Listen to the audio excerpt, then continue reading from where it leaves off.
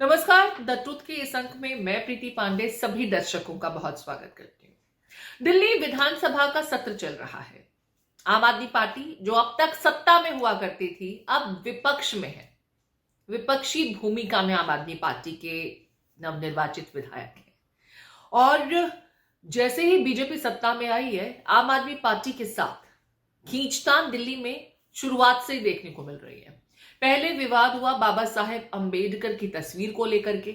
आम आदमी पार्टी के खेमे की तरफ से एलिगेशंस लगाए गए कि बाबा साहेब अंबेडकर की तस्वीर हटा दी गई मंत्रियों द्वारा, प्रधानमंत्री नरेंद्र मोदी की तस्वीर लगाई गई। इसको लेकर के नारेबाजी भी हमने देखी थी कि मोदी मोदी के नारे लगे विधानसभा के भीतर, तो आम आदमी पार्टी ने जय भीम के नारे लगाने शुरू किए। लेकिन उसके बाद जो कुछ हुआ, वहां से सियासत और गर्माने लगी है।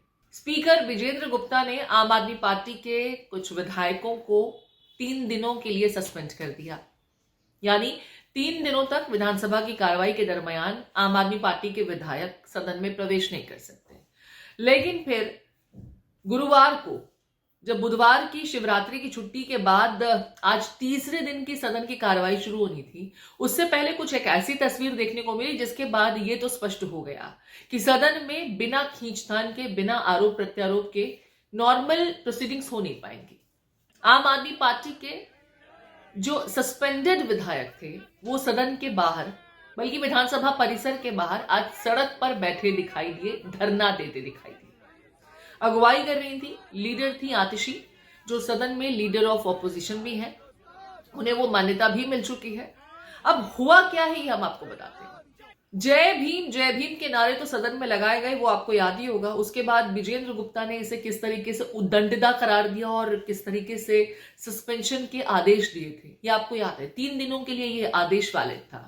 लेकिन आज जब आम आदमी पार्टी के विधायक विधानसभा परिसर में दाखिल हो रहे थे, तो उन्हें परिसर में भी प्रवेश नहीं करने दिया गया।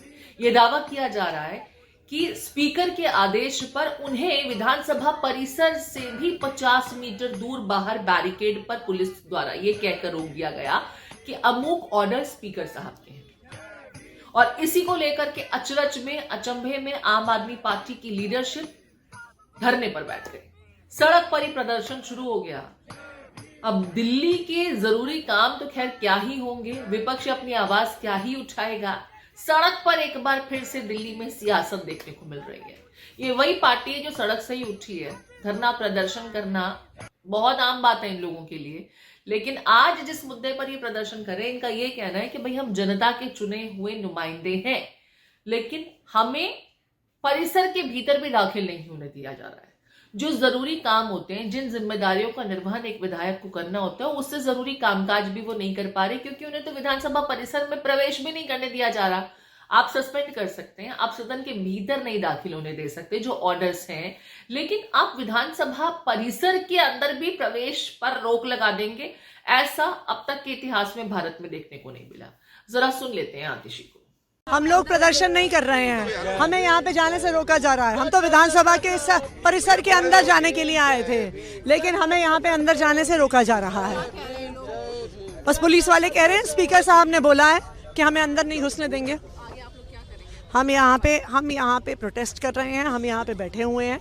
ये देश के इतिहास में कभी नहीं हुआ है कि चुने हुए विधायकों को विधानसभा परिसर के अंदर घुसने से रोका जाए। हमने ऑर्डर मांगा पुलिस से, पुलिस के पास कोई ऐसा ऑर्डर नहीं है कि हमें विधानसभा परिसर के अंदर नहीं घुसने दिया जाएगा। आम आदमी पार्टी की लीडर इस वक्त आतिशी है विधानसभा में, और आतिशी को आपने सुन लिया। हालांकि आम आदमी पार्टी के खेमे से बीजेपी पर जबरदस्त तरीके से एलिगेशंस लगाए जा रहे हैं। अभी अगर आम आदमी पार्टी के अन्य चेहरों की बात की जाए तो वो बीजेपी को तानाशाह करार दे रहे हैं। वो कह रहे सत्ता में आए नहीं और इनकी तानाशाही शुरू हो गई। आप बाबा साहेब अंबेडकर के विरोधी हैं, हमने जय भीम के नारे लगाए तो हमें सस्पेंड कर दिया गया। तो मतलब अब दिल्ली की सियासत बाबा साहेब अंबेडकर के चेहरे पर होगी। सुन लेते हैं जरा किस किस तरीके के एलिगेशंस लगाए जा रहे हैं और बीजेपी पर कितने गंभीर आरोप देखने सुनने को मिल रहे हैं। उन्होंने ये दिखाया है कि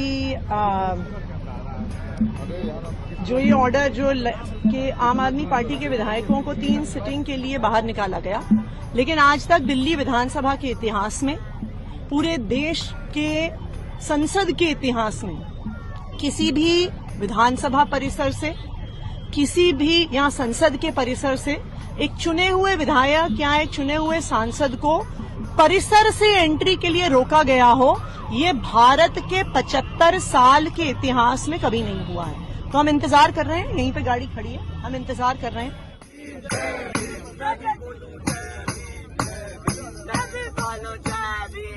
विधानसभा के सदन में एंट्री नहीं अलाउ होती है अगर आप सस्पेंड होते हैं, लेकिन विधानसभा के मेन गेट से 50 मीटर दूर पुलिस के बैरिकेड लगा के रोकना, ये तो दिल्ली विधानसभा छोड़िए, पूरे देश के विधानसभाओं के इतिहास में कभी नहीं हुआ होगा कि एक चुने हुए विधायक को रोका गया।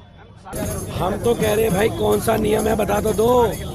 आपने पहले हमने जय भीम के नारे लगाए तो आप लोगों ने हमें सदन से बाहर कर दिया, हमने जय भीम को उद्घोष किया, आपने बाहर कर दिया। आपके सदस्यों ने बीजेपी के नारे मोदी के नारे लगाए, आपने उनको अंदर रखा।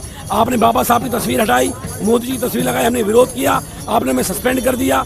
और उसके बाद तो आज हद हो गई कि आप लोगों ने, भारतीय जनता पार्टी के स्पीकर साहब विजेंद्र गुप्ता जी ने हमें विधानसभा के अंदर ही एंट्री नहीं दी, सदन को छोड़ो विधानसभा परिसर के अंदर एंट्री नहीं दी। ये लोग संवैधानिक मूल्यों को की धज्जियां उड़ा रहे हैं, ये बाबा साहब के संविधान को खत्म करना चाहते हैं, लोकतंत्र को खत्म करना चाहते हैं। और हमारी इनसे मांग है कि पूर्ण तरह से बाबा साहब की तस्वीर को उसी जगह पे लगाया जाए, मुख्यमंत्री कार्यालय में, मंत्रियों कार्यालय में, जहां पर वो लगी हुई थी, वरना संघर्ष जारी रहेगा। आप लोगों ने हमें परिसर के बाहर रोका है, जो आज तक के इतिहास में, संसदीय परंपरा में कभी ऐसा नहीं हुआ कि कभी विपक्ष के साथियों को परिसर में घुसने की अनुमति ना हो। ये पहला नियम लेके आए हैं और इसके खिलाफ संघर्ष जारी रहेगा। ठीक है, कुलदीप जी ने यहाँ पर एलिगेशन ये लगाया कि अंबेडकर की फोटो हटाकर मोदी की फोटो लगाना, और अगर उसका विरोध किया जाता है तो बीजेपी को वो नागवार गुजरा, लिहाजा ये एक्शन देखने को मिला। सवाल ये है कि कैग की रिपोर्ट पर कोई कुछ क्यों नहीं बोलता है। हालांकि आम आदमी पार्टी का ये भी कहना है कि जानबूझकर के, क्योंकि इस मुद्दे पर चर्चा करनी और आम आदमी पार्टी अपना पक्ष ना रखे, दिल्ली वालों के सामने एक नैरेटिव सेट करने की कोशिश है, लिहाजा उन्हें सदन में दाखिल होने से भी रोका गया। इंटेंशनली सब कुछ हो रहा है। लेकिन दिल्ली में अभी नई नई सरकार का गठन हुआ है और नई सरकार के गठन के साथ ही जिस तरह की राजनीति शुरू हो गई है, वो राजनीति दिल्ली वालों का भला करेगी, कैसे करेगी, बड़ा सवाल यही है।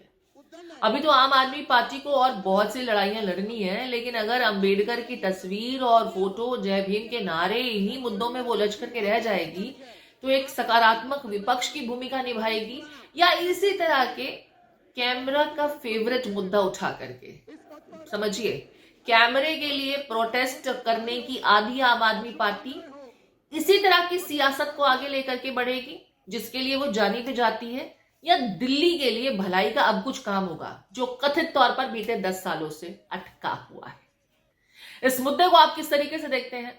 स्पीकर विजेंद्र गुप्ता द्वारा आम आदमी पार्टी के विधायकों को सस्पेंड करना और फिर विधानसभा परिसर में दाखिल भी न होने देना, जो ये फरमान है, क्या आपको भी ये तानाशाही रवैया लगता है? आम आदमी पार्टी के विधायकों के साथ जो हुआ, क्या वो सही है? वो तरीका तर्कसंगत नजर आता है क्या? या आम आदमी पार्टी के आरोपों में कुछ दम आप देखते हैं? आपके कमेंट्स का इंतजार रहेगा।